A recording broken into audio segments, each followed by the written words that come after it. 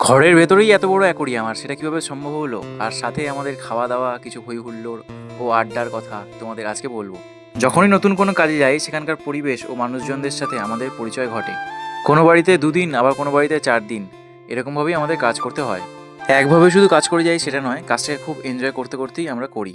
অনেক সময় সেই বাড়ির বাচ্চাগুলো এসে আমাদের পেন্টিংগুলো দেখে। যেমন এই বাচ্চাটি আমাদের তার খেলনা বন্দুক দিয়ে পাহারা দিচ্ছিল, যাতে আমরা আর কি বাইরে না বেরিয়ে যাই। আর সাথে খাওয়া দাওয়া তো আছেই। এই বাড়িতে এই দিদি আর দাদারা আমাদের যা খাওয়া দাওয়া দিয়েছে, বাপরে বাপ, সে কি বলবো।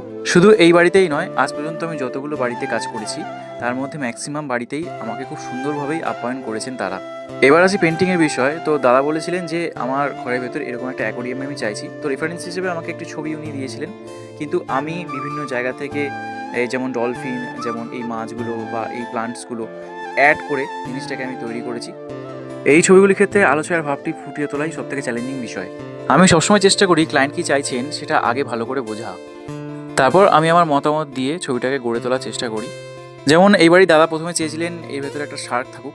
তো আমি বললাম যে না, অ্যাকোরিয়ামের যে ব্যাপারটা সেটা শার্ক থাকলে নষ্ট হবে, সেটা সমুদ্রের তলা হলে ঠিক ছিল। তো ছবিটা তোমাদের কেমন লাগলো জানিও। ছবিটা কমপ্লিট করতে আমার টোটাল 4 দিন লেগেছে। আর অনেকেই জিজ্ঞাসা করো যে কী রং ব্যবহার করছি, সেগুলো সমস্ত ডিটেলস আমার রিলসে পেয়ে যাবে।